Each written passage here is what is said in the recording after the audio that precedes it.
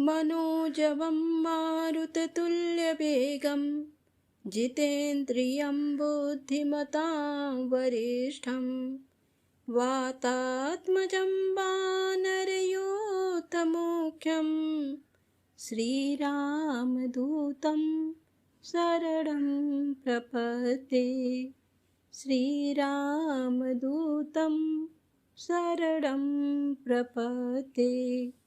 अर्थात मन के समान वेग वाले, पवन जैसी गति वाले, जितेंद्रिय, बुद्धिमानों में श्रेष्ठ, वायुदेव के पुत्र, बंदरों के समूह के नायक श्री रामचंद्र जी के दूत हनुमान जी की मैं शरण में जाता हूँ।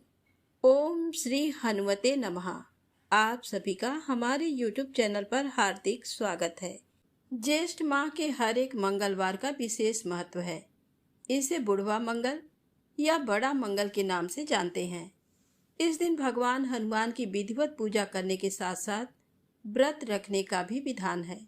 मान्यता है कि इस दिन हनुमान जी की विधिवत पूजा करने के साथ व्रत रखने से शुभ फलों की प्राप्ति होती है। इस दिन सुबह उठकर सभी कामों से निवृत्त होकर स्नान करके स्वच्छ वस्त्र धारण कर लें। इसके बाद मंदिर की सफाई कर लें। फिर एक लकड़ी की चौकी या फिर मंदिर में ही एक लाल रंग का कपड़ा बिछाकर हनुमान जी की मूर्ति या फिर तस्वीर रख लें। इसके बाद हनुमान जी को फूल, अक्षत, सिंदूर, नैवेद्य चढ़ाने के बाद बूंदी या बेसन के लड्डू, तुलसी दल चढ़ाकर पान का बीड़ा अर्पित करें। इसके बाद जल चढ़ाने के साथ घी का दीपक और धूप जला लें। फिर हनुमान चालीसा, हनुमान मंत्र आदि का पाठ कर लें। इसके बाद विधिवत आरती करने के बाद भूल चूक के लिए माफ़ी मांग लें। ऐसे आप हर बड़ा मंगल के दिन भगवान हनुमान की पूजा कर सकते हैं। हनुमान मंदिर में जाकर भगवान को चोला, पीपल के पत्ते में राम नाम लिखकर अर्पित कर सकते हैं। इसके साथ ही बूंदी के लड्डू या फिर बेसन के लड्डू का भोग लगा सकते हैं। इस दिन हनुमान जी के मंत्रों का जप कर सकते हैं। मंत्र है ओम अंगारकाय नमः या फिर मनोजवम मारुततुल्यवेगं जितेन्द्रियं बुद्धिमतां वरिष्ठं वातात्मजं वानरयूथमुख्यं श्रीरामदूतं शरणं प्रपद्ये। तीसरा मंत्र है ओम हम हनुमते नमः। इन मंत्रों से आप पूजा कर सकते हैं। अब आइए सुने हनुमान जी की चमत्कारी शक्तियों की पौराणिक कथा। रामायण और महाभारत में कई अस्त्र शस्त्रों का जिक्र है। ऐसा ही एक शस्त्र था ब्रह्मास्त्र। ब्रह्मा जी के वरदान से ही ये प्राप्त होता था और इससे बचना नामुमकिन था। रामायण में कई बार इसका इस्तेमाल किया गया है, परंतु हनुमान जी पर इसका कोई असर नहीं था। पौराणिक कथा के अनुसार ब्रह्मा जी ने उन्हें 3 वरदान दिए थे, जिसमें से एक था कि उन पर किसी भी प्रकार के ब्रह्मास्त्र का कोई भी असर नहीं होगा और किसी भी युद्ध में उनसे जीत पाना असंभव होगा। ये वरदान अशोक वाटिका में हनुमान जी के काम आया। जब हनुमान जी देवी सीता की खोज में लंका पहुंचे तो उन्होंने देवी सीता को बहुत ढूंढा। जब सफलता नहीं मिली तो वह निराश हो गए। तब विभीषण ने पवन पुत्र को माता सीता के बारे में बताया और वह अशोक वाटिका में पहुंचे।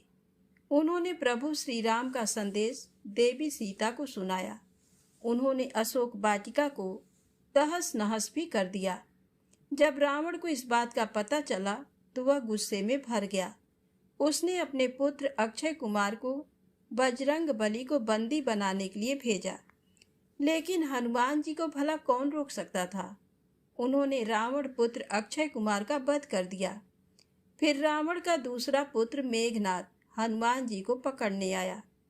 मेघनाथ मायावी था और उसे तंत्र विद्या का भी ज्ञान था, लेकिन जब उनके बीच युद्ध शुरू हुआ तब उसने अपनी सारी शक्तियाँ, सारी माया, सारी तांत्रिक विद्या, सारे अस्त्र शस्त्र प्रयोग करके देख लिए, परंतु हनुमान जी के आगे वह सब के सब बेकार हो गए। आखिर में मेघनाथ ने ब्रह्मास्त्र का प्रयोग किया। वरदान के कारण हनुमान जी को कुछ नहीं हो सकता था, लेकिन ब्रह्मा का अस्त्र होने के कारण उन्होंने सोचा, यदि मैं इस ब्रह्मास्त्र का अपने ऊपर कोई असर नहीं पड़ने दूंगा तो ये ब्रह्मास्त्र का अपमान होगा, जिससे संसार में इसका गौरव घट जाएगा। ब्रह्मास्त्र के छूते ही हनुमान जी बेहोश होकर गिर पड़े। तभी मेघनाद के संकेत पर राक्षसों ने हनुमान जी को रस्सी से बांध लिया, पर वह मूर्ख ये नहीं जानते थे कि दूसरी रस्सी के छूने से ही ब्रह्मास्त्र का असर समाप्त हो गया था। इसका मतलब हनुमान जी को होश आ गया था। वह चाहते तो उन राक्षसों को मार सकते थे, परंतु उन्होंने ऐसा कुछ नहीं किया। उन्होंने अपने आप को बंध जाने दिया, क्योंकि वह रावण और उसकी राज्यसभा को देखना चाहते थे। हनुमान जी की 8 सिद्धियों में से एक सिद्धि थी प्राकाम्य, जिसका अर्थ है जो भी इच्छा हो उसे प्राप्त कर लेना। इसी सिद्धि के बल पर पृथ्वी की गहराइयों में पाताल तक जाया जा सकता है और आकाश में कितनी ही ऊंचाइयों पर उड़ा जा सकता है। यही नहीं, मनचाहे समय तक पानी में भी जीवित रहा जा सकता है।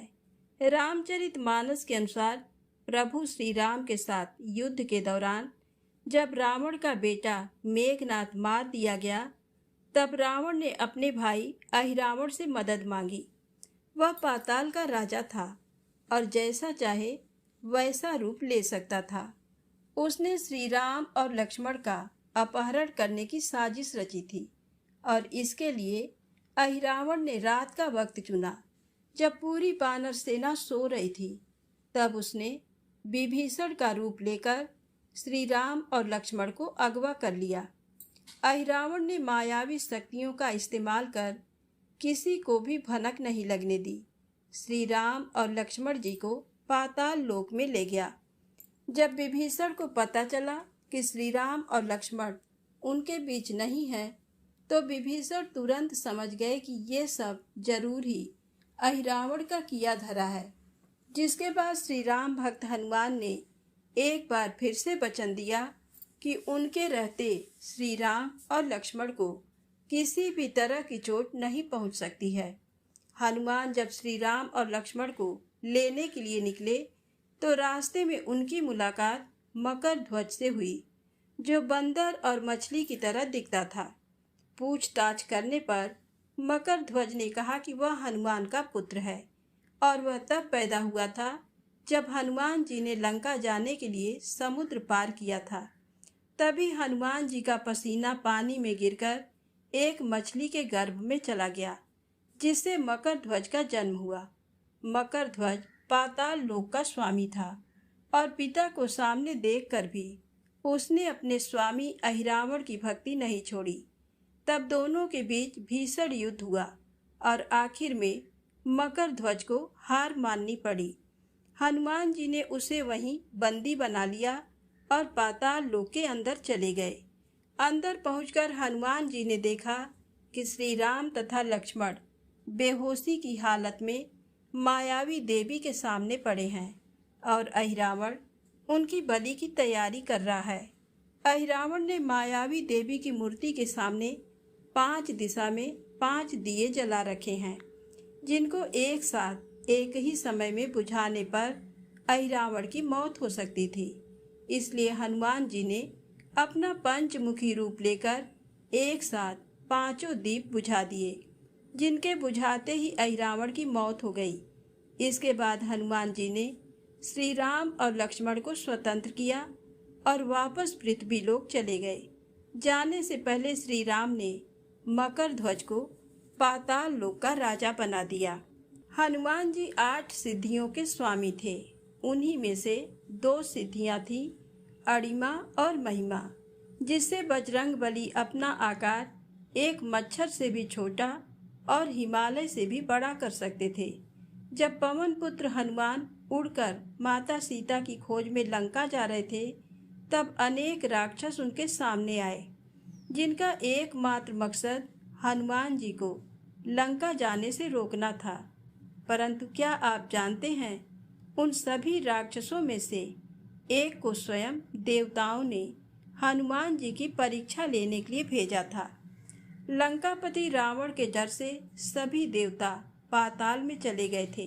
हनुमान जी को लंका जाता देखकर देवताओं को लगा कि वह रावण का सामना कर भी पाएंगे या नहीं।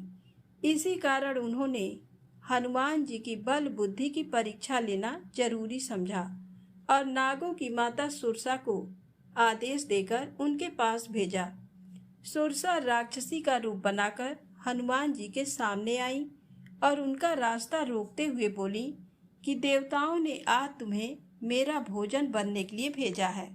मैं तुम्हें खाकर अपनी भूख शांत करूंगी।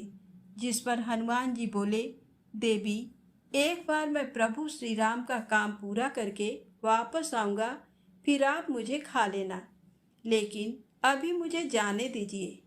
पर जब वह बहुत मनाने पर भी नहीं मानी तो हनुमान जी ने कहा, अच्छा ठीक है।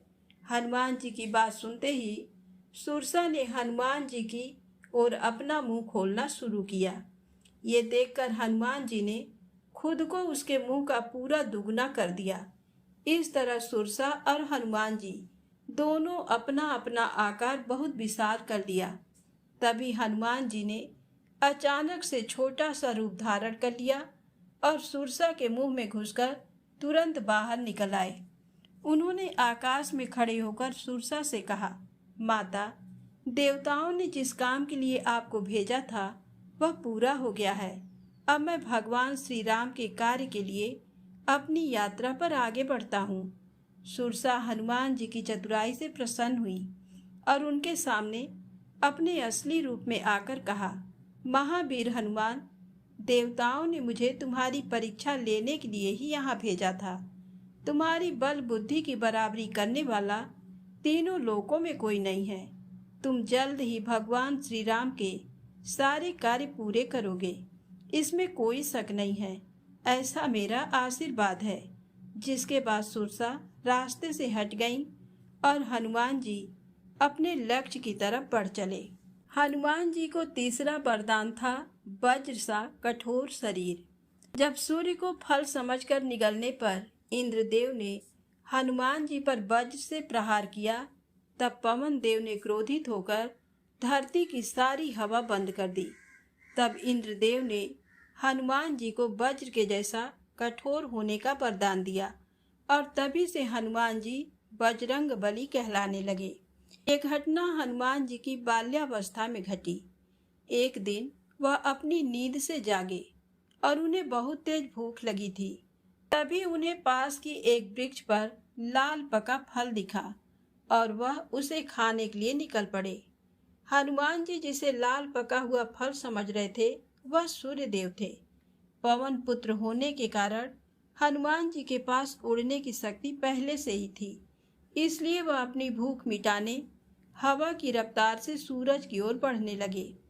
उस रोज अमावस्या का दिन था और राहु सूर्य को ग्रहण लगाने वाले थे, लेकिन वह सूर्य को ग्रहण लगा पाए उससे पहले ही हनुमान जी सूर्य को निगल गए। राहु कुछ समझ नहीं पाए कि हो क्या रहा है। उन्होंने इंद्र से सहायता मांगी। इंद्रदेव के बार बार समझाने पर भी जब हनुमान जी ने सूर्यदेव को मुक्त नहीं किया, तब इंद्र ने वज्र से उनके मुंह पर प्रहार किया, जिससे सूर्यदेव आजाद हुए। वही चोट लगने से मारुति बेहोश होकर आकाश से धरती की तरफ गिरने लगे।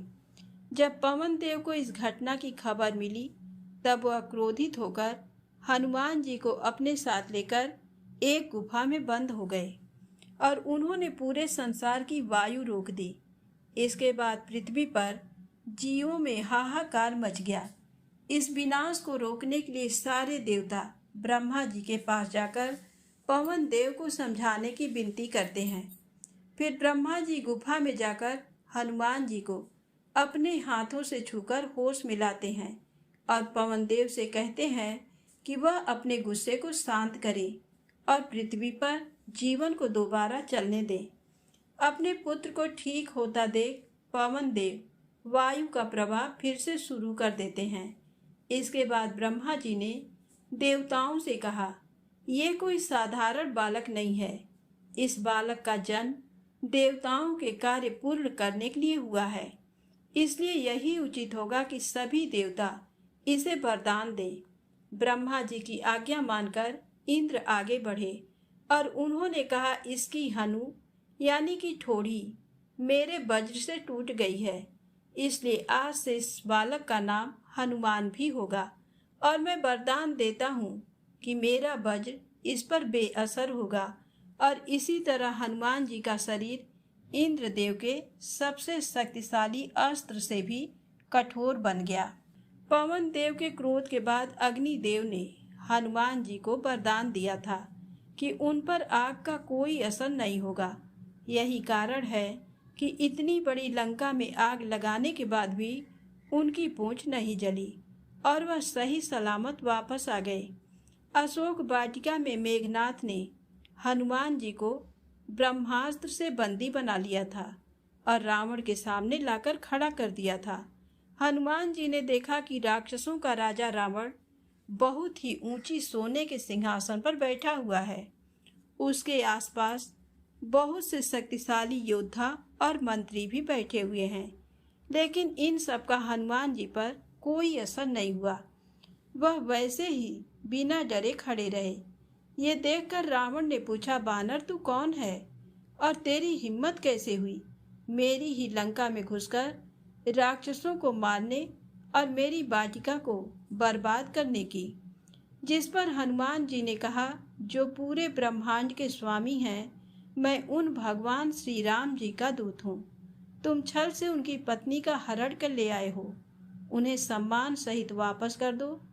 इसी में तुम्हारी और तुम्हारे परिवार की भलाई है। ये सुनकर रावण को बहुत ही गुस्सा आया। उसने राक्षसों को हनुमान जी को मार डालने का आदेश दिया। राक्षस उन्हें मारने दौड़े, लेकिन तब तक विभीषण वहां पहुंच गए और कहा कि ये तो बस एक दूत है, इनका काम अपने स्वामी का संदेश पहुंचाना है, इनको मारना सही नहीं होगा, इन्हें कोई दूसरी सजा देनी चाहिए। ये सुझाव रावण को पसंद आया। उसने कहा, ठीक है, बंदरों को अपनी पूंछ से बड़ा लगाव होता है, इसकी पूंछ में आग लगा दो। जब ये बिना पूंछ का होकर अपने स्वामी के पास जाएगा, तब फिर उसे भी साथ लेकर लौटेगा। ये कहकर वह जोर जोर से हंसने लगे। रावण के आदेश पर राक्षसों ने हनुमान जी की पूंछ पर तेल से भिगो भिगो कर कपड़े लपेटने लगे। तभी हनुमान जी ने अपनी सिद्धि का इस्तेमाल किया और वह धीरे धीरे अपनी पूंछ बढ़ाने लगे और अंत में ऐसा हुआ कि पूरी लंका में कपड़े, तेल, देसी घी खत्म हो गए। तब राक्षसों ने बिना देर किए उनकी पूंछ में आग लगा दी। पूंछ में आग लगते ही हनुमान जी फुर्ती से उछलकर एक ऊंची जगह पर पहुंच गए। वहां से चारों ओर कूद कूद कर वह लंका को जलाने लगे। देखते ही देखते पूरी नगरी आग की लपटों में घिर गई। सभी राक्षस ये देखकर रोने और चिल्लाने लगे और रावण को कोसने लगे। रावण को आग बुझाने का कोई तरीका समझ नहीं आ रहा था। वहीं हनुमान जी की मदद करने के लिए पवन देव ने हवा को और तेज कर दिया। विभीषण के घर को छोड़कर थोड़ी ही देर में पूरी लंका जलकर भस्म हो गई। हनुमान जी को चिरंजीवी भी कहा जाता है। चिरंजीव यानी कि अजर अमर। ऐसा माना जाता है कि वह आज भी जीवित हैं और कलयुग के अंत तक अपने इस रूप में इस धरती पर रहेंगे। लेकिन क्या आप जानते हैं कि बजरंग बली को चिरंजीव होने का वरदान किसने और क्यों दिया? वाल्मीकि रामायण के अनुसार हनुमान जी श्री राम के सबसे बड़े भक्त थे और प्रभु श्री राम की पीड़ा उनसे देखी नहीं गई। इसके बाद वह माता सीता को ढूंढने निकल पड़े। जब हनुमान जी समुद्र पार करके लंका पहुंचे, तब वहां पर अशोक वाटिका में उनकी माता सीता से मुलाकात हुई। माता सीता को हनुमान जी ने श्री राम की अंगूठी दी और उन्हें सारी बातें बताईं। सब कुछ जान लेने के बाद माता सीता की आंख में आंसू आ गए। तब हनुमान जी ने एक पुत्र की तरह माता सीता को शांत किया और उन्हें विश्वास दिया कि जल्द ही श्री राम उन्हें वहां से छुड़ा लेंगे। तब माता सीता ने हनुमान जी की भक्ति से खुश होकर उन्हें अमर होने का वरदान दिया था और कहा कि कभी भी किसी भी अस्त्र शस्त्र से हनुमान जी को कोई नुकसान नहीं होगा और उनका बल कभी कम नहीं होगा। इसके बाद रावण के खिलाफ युद्ध में वह प्रभु श्री राम के सबसे बड़े सहयोगी के रूप में लड़े थे। अब पूरे युद्ध के दौरान उन्हें किसी भी तरह की चोट नहीं आई थी। अयोध्या लौटने के बाद उन्होंने श्री राम की पूरी भक्ति से हर दिन सेवा की, लेकिन जब एक दिन भगवान श्री राम ने स्वर्ग लौटने की बात कही, तब ये सुनकर हनुमान जी बहुत दुखी हो गए और तब माता सीता के पास अपनी बात लेकर पहुँचे। हनुमान जी ने माता सीता से कहा कि आपने अमर होने का वरदान तो दिया, पर ये तो बताया नहीं कि जब मेरे प्रभु श्री राम धरती से चले जाएंगे तब मैं क्या करूँगा। और ये कहते हुए हनुमान जी वरदान वापस लेने की जिद करने लगे। तब माता सीता ने श्री राम का ध्यान किया और प्रभु राम वहाँ प्रकट हो गए। भगवान श्री राम ने हनुमान जी को गले लगाते हुए कहा कि हनुमान, मुझे पता था कि तुम सीता के पास आकर यही पूछोगे। धरती पर आने वाला कोई भी जीव अमर नहीं है, लेकिन तुम्हें ये वरदान इसलिए मिला है क्योंकि एक समय धरती पर ऐसा आएगा जब धरती पर कोई देव अवतार नहीं होगा, पापी लोगों की संख्या अधिक होगी और जब तक इस धरती पर राम का नाम लिया जाएगा तब तक राम भक्तों का उद्धार तुम ही करोगे। अपने प्रभु की बात सुनकर हनुमान जी ने अपनी जिद को छोड़ दिया और इस वरदान को प्रभु श्री राम की आज्ञा मानकर स्वीकार कर लिया। यही कारण है कि हनुमान जी आज भी धरती पर मौजूद हैं और भगवान श्री राम के भक्तों की तकलीफों को सुनते हैं और उन्हें अवश्य ही दूर करते हैं। हनुमान जी एक ऐसे देवता हैं जिनकी भक्ति आपको निडर और कर्मशील बना देती है। आप जीवन के किसी भी मोड़ पर उन्हें याद कर सकते हैं, वह आपकी मदद करने जरूर आएंगे। ऐसा माना जाता है कि जहाँ भी प्रभु श्री राम और हनुमान जी की कथा का गुणगान होता है, वह वहाँ जरूर मौजूद रहते हैं और हमारे विचारों को पवित्र बना देते हैं। प्रेम से बोले बजरंग बली की जय हो। आइए सुने मंगलवार व्रत की पौराणिक कथा। एक बार नैमिषारण्य तीर्थ में 80,000 मुनि एकत्र होकर पुराणों के ज्ञाता श्री सूत जी से पूछने लगे, हे महामुने, आपने हमें अनेक पुराणों की कथाएं सुनाई हैं। अब कृपा करके हमें ऐसा व्रत और कथा बताएं जिसके करने से संतान की प्राप्ति हो तथा मनुष्यों को रोग, शोक, अग्नि, सर्व दुख आदि का भय दूर हो, क्योंकि कलयुग में सभी जीवों की आयु बहुत कम है। फिर इस पर उन्हें रोग, चिंता के कष्ट लगे रहेंगे तो फिर वह श्रीहरि के चरणों में अपना ध्यान कैसे लगा सकेंगे। श्री सूत जी बोले, हे मुनियों, आपने लोक कल्याण के लिए बहुत ही उत्तम बात पूछी है। एक बार युधिष्ठिर ने भगवान श्री कृष्ण से लोक कल्याण के लिए यही प्रश्न किया था। भगवान श्री कृष्ण और युधिष्ठिर का संवाद तुम्हारे सामने कहता हूँ, ध्यान देकर सुनो। एक समय पांडवों की सभा में श्री कृष्ण जी बैठे हुए थे। तब युधिष्ठिर ने भगवान श्री कृष्ण से प्रश्न किया, हे प्रभु नंद नंद गोविंद, आपने मेरे लिए अनेकों कथाएं सुनाई हैं। आज आप कृपा करके ऐसा व्रत या कथा सुनाएं जिसके करने से मनुष्य को रोग, चिंता का भय समाप्त हो और उसको पुत्र की प्राप्ति हो। हे प्रभु, बिना पुत्र के जीवन व्यर्थ है। पुत्र के बिना मनुष्य नरकगामी होता है। पुत्र के बिना मनुष्य पितृ ऋण से छुटकारा नहीं पा सकता और न ही उसका पुन्नग नामक नरक से उद्धार हो सकता है। अतः पुत्रदायक व्रत बतलाएं। श्री कृष्ण भगवान बोले, हे राजन, मैं एक प्राचीन इतिहास सुनाता हूँ, आप उसे ध्यान पूर्वक सुनो। कुंडलपुर नामक एक नगर था। उसमें नंदा नामक एक ब्राह्मण रहता था। भगवान की कृपा से उसके पास सब कुछ था, फिर भी वह दुखी था। इसका कारण ये था कि ब्राह्मण की स्त्री सुनंदा के कोई संतान न थी। सुनंदा पतिव्रता थी, भक्ति पूर्वक श्री हनुमान जी की आराधना करती थी। मंगलवार के दिन व्रत करके अंत में भोजन बनाकर हनुमान जी का भोग लगाने के बाद स्वयं भोजन करती थी। एक बार मंगलवार के दिन ब्राह्मणी गृह कार्य की अधिकता के कारण हनुमान जी को भोग न लगा सकी, तो इस पर उसे बहुत दुख हुआ। उसने कुछ भी नहीं खाया और अपने मन में प्रण किया कि अब तो अगले मंगलवार को ही हनुमान जी का भोग लगाकर अन्न जल ग्रहण करेगी। ब्राह्मणी सुनंदा प्रतिदिन भोजन बनाती, श्रद्धा पूर्वक पति को खिलाती, परंतु स्वयं भोजन नहीं करती और मन ही मन श्री हनुमान जी की आराधना करती थी। इसी प्रकार 6 दिन गुजर गए और ब्राह्मणी सुनंदा अपने निश्चय के अनुसार भूखी प्यासी निराहार रही और अगले मंगलवार को ब्राह्मणी सुनंदा प्रातः काल ही बेहोश होकर गिर पड़ी। ब्राह्मणी सुनंदा की इस असीम भक्ति के प्रभाव से श्री हनुमान जी बहुत प्रसन्न हुए और प्रकट होकर बोले, सुनंदा, मैं तेरी भक्ति से बहुत प्रसन्न हूँ। तू उठ और वर मांग।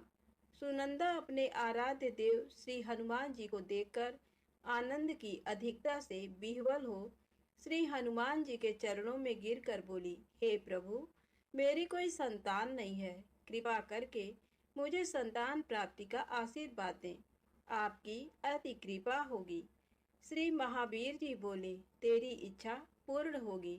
तेरे एक कन्या पैदा होगी, उसके अष्टांग प्रतिदिन सोना दिया करेंगे। इस प्रकार कहकर श्री महावीर जी अंतर्ध्यान हो गए। ब्राह्मणी सुनंदा बहुत हर्षित हुई और सभी समाचार अपने पति से कहा। ब्राह्मण देवकन्या का वरदान सुनकर कुछ दुखी हुए, परंतु सोना मिलने की बात सुनी तो बहुत प्रसन्न हुए। विचार किया कि ऐसी कन्या के साथ मेरी निर्धनता भी समाप्त हो जाएगी। श्री हनुमान जी की कृपा से वह ब्राह्मणी गर्भवती हुई और 10वें महीने में उसे बहुत ही सुंदर पुत्री प्राप्त हुई। ये बच्ची अपने पिता के घर में ठीक उसी तरह से बढ़ने लगी जिस प्रकार शुक्ल पक्ष का चंद्रमा बढ़ रहा है। 10वें दिन ब्राह्मण ने उस बालिका का नामकरण संस्कार कराया। उसके कुल पुरोहित ने उस बालिका का नाम रत्नावली रखा, क्योंकि ये कन्या सोना प्रदान किया करती थी। इस कन्या ने पूर्व जन्म में बड़े ही विधान से मंगल देव का व्रत किया था।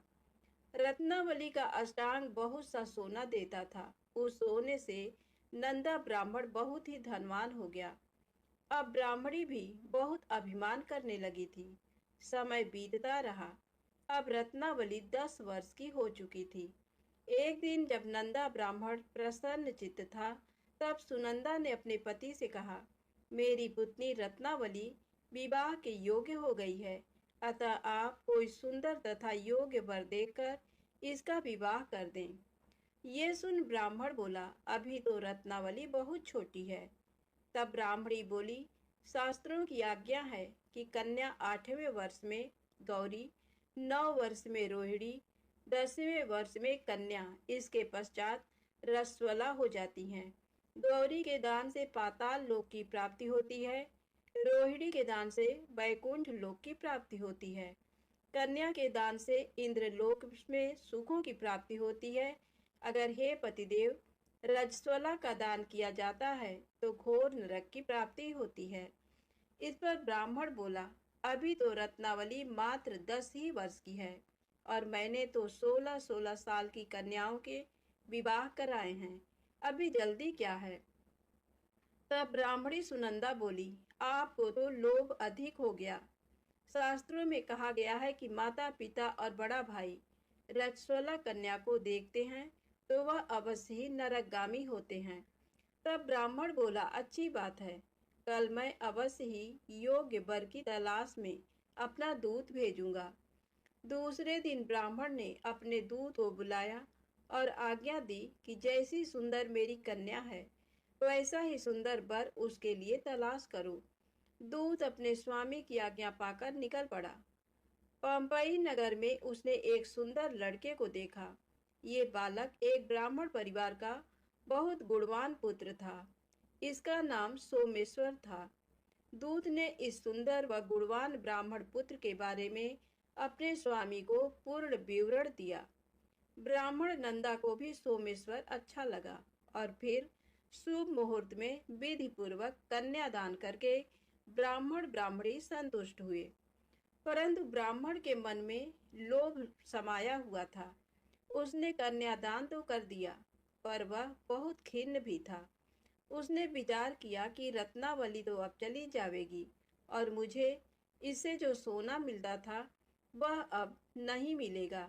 मेरे पास जो धन था कुछ तो इसके विवाह में खर्च हो गया और जो शेष बचा है वह भी कुछ दिनों पश्चात समाप्त हो जाएगा। मैंने तो इसका विवाह करके बहुत बड़ी भूल कर दी है। अब कोई ऐसा उपाय हो कि रत्नावली मेरे घर में ही बनी रहे, अपनी ससुराल ना जाए। लोभ रूपी राक्षस ब्राह्मण के मस्तिष्क पर छाता जा रहा था। रात भर अपनी सैया पर बेचैनी से करवटें बदलते बदलते उसने एक बहुत ही क्रूर निर्णय लिया। उसने विचार किया कि जब रत्नावली को लेकर उसका पति सोमेश्वर अपने घर के लिए जाएगा तो वह मार्ग में छिपकर सोमेश्वर का वध कर देगा और अपनी लड़की को अपने घर ले आएगा, जिससे नियमित रूप से उसे सोना भी मिलता रहेगा और समाज का कोई मनुष्य उसे दोष भी नहीं दे सकेगा। प्रातः काल हुआ तो नंदा और सुनंदा ने अपने जमाई तथा लड़की को बहुत सारा धन देकर विदा किया। सोमेश्वर अपनी पत्नी रत्नावली को लेकर ससुराल से अपने घर की तरफ चल दिया। ब्राह्मण नंदा महालोभ के वशीभूत हो अपनी मति खो चुका था। पाप पुण्य को उसे विचार ही न रहा। अपने भयानक व क्रूर निर्णय को कार्य रूप देने के लिए उसने अपने दूत को मार्ग में अपने जमाई का वध करने के लिए भेज दिया था, ताकि रत्नावली से प्राप्त होने वाला सोना उसे हमेशा मिलता रहे और वो कभी निर्धन ना हो। ब्राह्मण के दूत ने अपने स्वामी की आज्ञा का पालन करते हुए उसके जमाई सोमेश्वर का मार्ग में ही वध कर दिया। समाचार पाकर ब्राह्मण नंदा मार्ग में पहुंचा और रुदन करती अपनी पुत्री रत्नावली से बोला, हे पुत्री, मार्ग में लुटेरों ने तेरे पति का वध कर दिया है। भगवान की इच्छा के आगे किसी का कोई बस नहीं चलता है। अब तू घर चल, वहां पर ही रहकर शेष जीवन व्यतीत करना। जो भाग्य में लिखा है वही होगा। अपने पति की अकाल मृत्यु से रत्नावली बहुत दुखी हुई। करुण क्रंदन व रुदन करते हुए अपने पिता से बोली, हे पिताजी, इस संसार में जिस स्त्री का पति नहीं है उसका जीना व्यर्थ है। मैं अपने पति के साथ ही अपने शरीर को जला दूंगी और सती होकर अपने इस जन्म को, माता पिता के नाम को तथा सास ससुर के यश को सार्थक करूंगी। ब्राह्मण नंदा अपनी पुत्री रत्नावली के वचनों को सुनकर बहुत दुखी हुआ। विचार करने लगा, मैंने व्यर्थ ही जमाई वध का पाप अपने सिर लिया। रत्नावली तो उसके पीछे अपने प्राण तक देने को तैयार है। मेरा तो दोनों तरफ से मरण हो गया। धन तो अब मिलेगा नहीं। जमाई वध के पाप के फलस्वरूप यम यातना भी भुगतनी पड़ेगी। ये सोचकर वह बहुत खिन्न हुआ। सोमेश्वर की चिता बनाई गई। रत्नावली सती होने की इच्छा से अपने पति का सिर अपनी गोद में रखकर चिता में बैठ गई। जैसे ही सोमेश्वर की चिता को अग्नि लगाई गई, वैसे ही प्रसन्न हो मंगल देव वहां प्रकट हुए और बोले, हे रत्नावली, मैं तेरी पति भक्ति से बहुत प्रसन्न हूँ, तू वर मांग। रत्नावली ने अपने पति का जीवन दान मांगा। तब मंगल देव बोले, रत्नावली, तेरा पति अजर अमर है, ये महाविद्वान भी होगा और इसके अतिरिक्त तेरी जो इच्छा हो वर मांग। तब रत्नावली बोली, हे ग्रहों के स्वामी, यदि आप मुझ पर प्रसन्न हैं तो मुझे ये वरदान दीजिए कि जो भी मनुष्य मंगलवार के दिन प्रातःकाल लाल पुष्प लाल चंदन से पूजा करके आपका स्मरण करे, उसको रोग व्याधि ना हो, स्वजनों का कभी वियोग ना हो, सर्प अग्नि तथा शत्रुओं का भय ना रहे। जो स्त्री मंगलवार का व्रत करे वह कभी विधवा ना हो। मंगल देव तथास्तु कहकर अंतर ध्यान हो गए। सोमेश्वर मंगल देव की कृपा से जीवित हो उठा। रत्नावली अपने पति को पुनः प्राप्त कर बहुत प्रसन्न हुई और मंगल देव का व्रत प्रत्येक मंगलवार को करके व्रत राज और मंगल देव की कृपा से इस लोक में सुख ऐश्वर्य को भोगते हुए अंत में अपने पति के साथ स्वर्ग लोक को गई। प्रेम से बोले हनुमान जी महाराज की जय हो। आइए सुने राम नाम की महिमा। लंकापति रावण के वध के बाद अयोध्यापति प्रभु श्री राम की कीर्ति दूर दूर तक फैल रही थी और वह मर्यादा पुरुषोत्तम कहलाने लगे। तब एक दिन महादेव शिव की इच्छा भी मर्यादा पुरुषोत्तम श्री राम से मिलने की हुई। पार्वती जी को संग लेकर महादेव कैलाश पर्वत से उतरकर अयोध्या नगरी के रास्ते पर चल पड़े। भगवान शिव और माँ पार्वती को अयोध्या आया देखकर राम जी बहुत खुश हुए। माता जानकी ने उनका उचित आदर सत्कार किया और स्वयं भोजन बनाने के लिए रसोई में चली गई। इस बीच भगवान शिव ने श्री राम जी से पूछा, आपके सेवक हनुमान जी दिखाई नहीं पड़ रहे हैं। श्री राम बोले, वे बगीचे में हैं। शिव जी ने श्री राम जी से बगीचे में जाने की अनुमति मांगी और पार्वती जी का हाथ थामकर बगीचे में आ गए। बगीचे की खूबसूरती देखकर उनका मन मोहित हो गया। आम के एक घने वृक्ष के नीचे हनुमान जी दीन दुनिया से बेखबर गहरी नींद में सोए थे। एक लय में खर्राटों से राम नाम की ध्वनि उठ रही थी।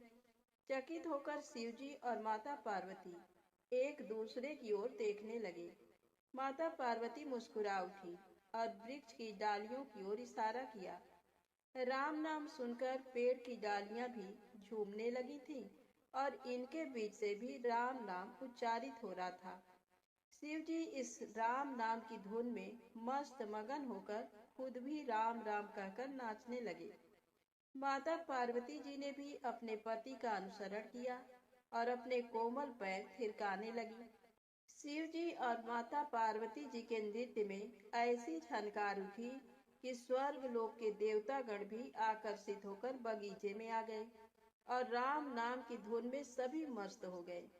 माता जानकी भोजन तैयार करके प्रतीक्षारत थी, परंतु संध्या घिरने तक भी अतिथि नहीं पधारे। तब अपने देवर लक्ष्मण जी को बगीचे में भेजा। लक्ष्मण जी तो स्वयं को श्री राम का सेवक ही मानते थे, अतः बगीचे में आकर जब उन्होंने धरती पर स्वर्ग का नजारा देखा तो खुद भी राम नाम की धुन में झूम उठे। महल में माता जानकी परेशान हो रही थी कि अभी तक भोजन ग्रहण करने कोई भी क्यों नहीं आया। तब उन्होंने श्री राम जी से कहा, भोजन ठंडा हो रहा है, चलिए हम ही जाकर बगीचे में से सभी को ले आए। जब राम जी बगीचे में गए तो वहाँ राम नाम की धूम मची हुई थी। हनुमान जी गहरी नींद में सोए हुए थे और उनके खर्राटों से अभी तक राम नाम निकल रहा था। श्री राम भाव विह्वल हो उठे। राम जी ने हनुमान जी को नींद से जगाया और प्रेम से उनकी तरफ निहारने लगे। हनुमान जी प्रभु को आया देख शीघ्रता से उठ खड़े हुए। नृत्य की समा भंग हो गई। शिव जी खुले कंठ से हनुमान जी की राम भक्ति की सराहना करने लगे। हनुमान जी सकुचाए लेकिन मन ही मन खुश हो रहे थे। श्री सिया राम ने भोजन करने का आग्रह भगवान शिव जी से किया। सभी लोग महल में भोजन करने के लिए चल पड़े। माता जानकी भोजन परोसने लगी। हनुमान जी को भी श्री राम जी ने पंक्ति में बैठने का आदेश दिया। हनुमान जी बैठ तो गए, परंतु आदत ऐसी थी कि राम जी के भोजन करने के उपरांत ही सभी लोग भोजन करते थे। आज श्री राम के आदेश से पहले भोजन करना पड़ रहा था। माता जानकी हनुमान जी को भोजन परोसती जा रही थी, पर हनुमान जी का पेट ही नहीं भर रहा था। सीता जी कुछ समय तक तो उन्हें भोजन परोसती रही, फिर समझ गईं, इस तरह तो हनुमान जी का पेट नहीं भरेगा। उन्होंने तुलसी के एक पत्ते पर राम नाम लिखा और भोजन के साथ हनुमान जी को परोस दिया। तुलसी पत्र खाते ही हनुमान जी को संतुष्टि मिली और वह भोजन खाकर उठ खड़े हुए। भगवान शिव शंकर ने प्रसन्न होकर हनुमान जी को आशीर्वाद दिया कि आपकी राम भक्ति युगों युगों तक याद की जाएगी और आप संकट मोचन कहलाएंगे। तो प्रेम से बोलें, शंकर जी भगवान की जय हो। संकट मोचन हनुमान जी की जय हो। अब आइए सुने राम नाम महिमा की दूसरी कहानी। महादेव जी को एक बार बिना कारण के किसी को प्रणाम करते देखकर पार्वती जी ने पूछा, आप किसको प्रणाम करते रहते हैं? शिव जी पार्वती जी से कहते हैं कि हे देवी, जो व्यक्ति एक बार राम कहता है उसे मैं 3 बार प्रणाम करता हूँ। पार्वती जी ने एक बार शिव जी से पूछा, आप स्मशान में क्यों जाते हैं और ये चिता की भस्म शरीर पर क्यों लगाते हैं? उसी समय शिव जी पार्वती जी को शमशान ले गए। वहां एक शव अंतिम संस्कार के लिए लाया गया। लोग राम नाम सत्य है कहते हुए शव को ला रहे थे। शिव जी ने कहा कि देखो पार्वती, इस शमशान की ओर जब लोग आते हैं तो राम नाम का स्मरण करते हुए आते हैं और इस शव के निमित्त से कई लोगों के मुख से मेरा अति प्रिय दिव्य राम नाम निकलता है। उसी को सुनने में शमशान में आता हूँ और इतने लोगों के मुख से राम नाम का जप करवाने में निमित्त बनने वाले इस शव का मैं सम्मान करता हूँ, प्रणाम करता हूँ और अग्नि में जलने के बाद उसकी भस्म को अपने शरीर पर लगा लेता हूँ। राम नाम बुलवाने वाले के प्रति मुझे अगाध प्रेम रहता है। एक बार शिव जी कैलाश पर पहुँचे और पार्वती जी से भोजन मांगा। पार्वती जी विष्णु सहस्त्र नाम का पाठ कर रही थी। पार्वती जी ने कहा, अभी पाठ पूरा नहीं हुआ, कृपया थोड़ी देर प्रतीक्षा कीजिए। शिव जी ने कहा कि इससे तो समय और श्रम दोनों लगेंगे। संत लोग जिस तरह से सहस्त्र नाम को छोटा कर लेते हैं और नित्य जपते हैं, वैसा उपाय कर लो।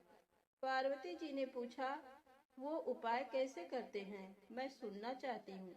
तब शिव जी ने बताया, केवल एक बार राम कह लो, तुम्हें सहस्त्र नाम भगवान के 1000 नाम लेने का फल मिल जाएगा। एक राम नाम 1000 दिव्य नामों के समान है।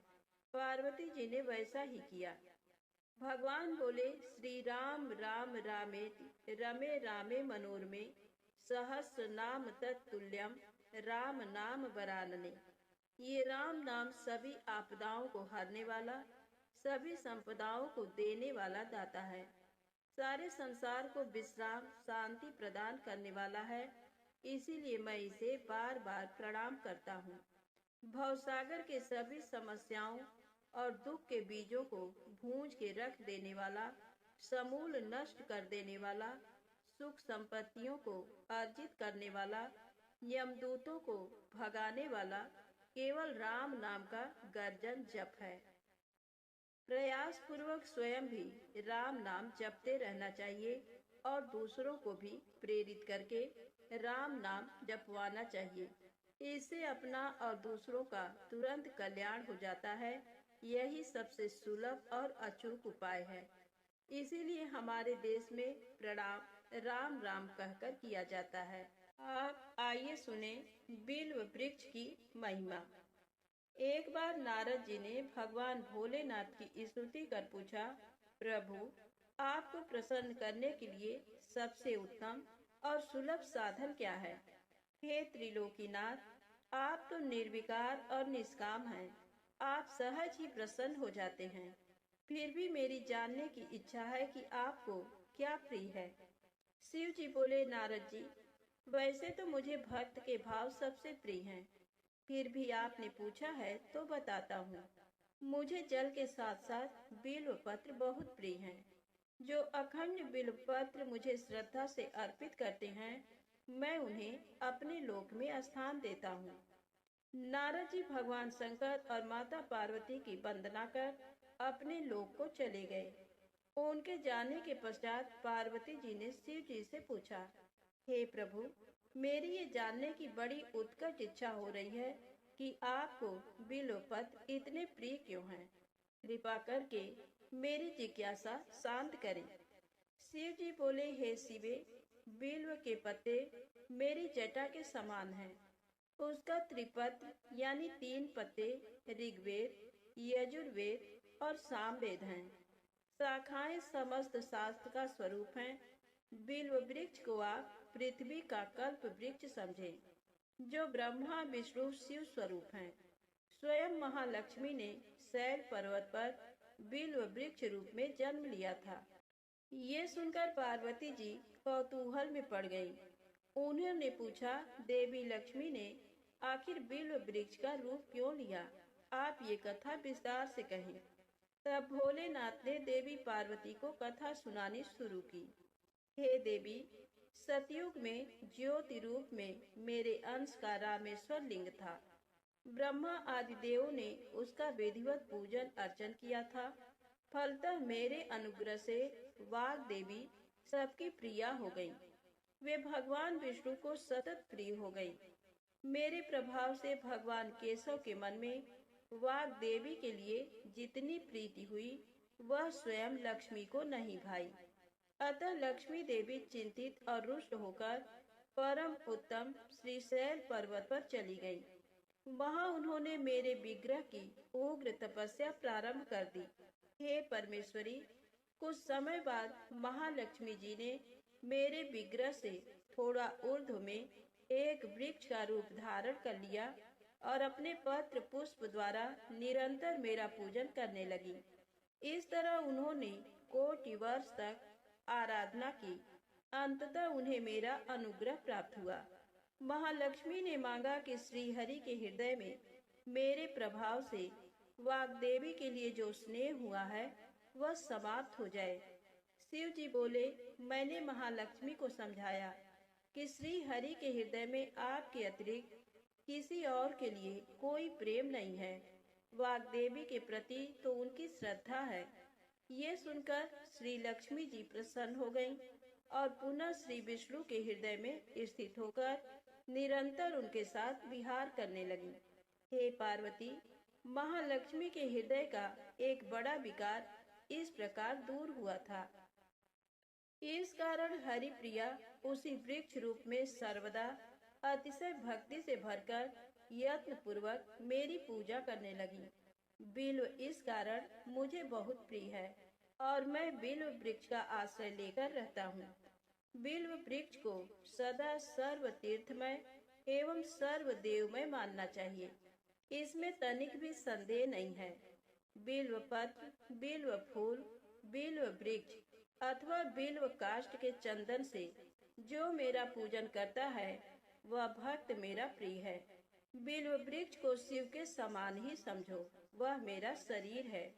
जो बिल्व पर चंदन से मेरा नाम अंकित करके मुझे अर्पण करता है, मैं उसे सभी पापों से मुक्त करके अपने लोक में स्थान देता हूँ। उस व्यक्ति को स्वयं लक्ष्मी जी भी नमस्कार करती हैं।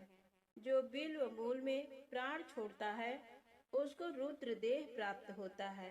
तो प्रेम से बोले, विष्णु भगवान माता लक्ष्मी की जय हो। शंकर भगवान माँ गौरी माता की जय हो।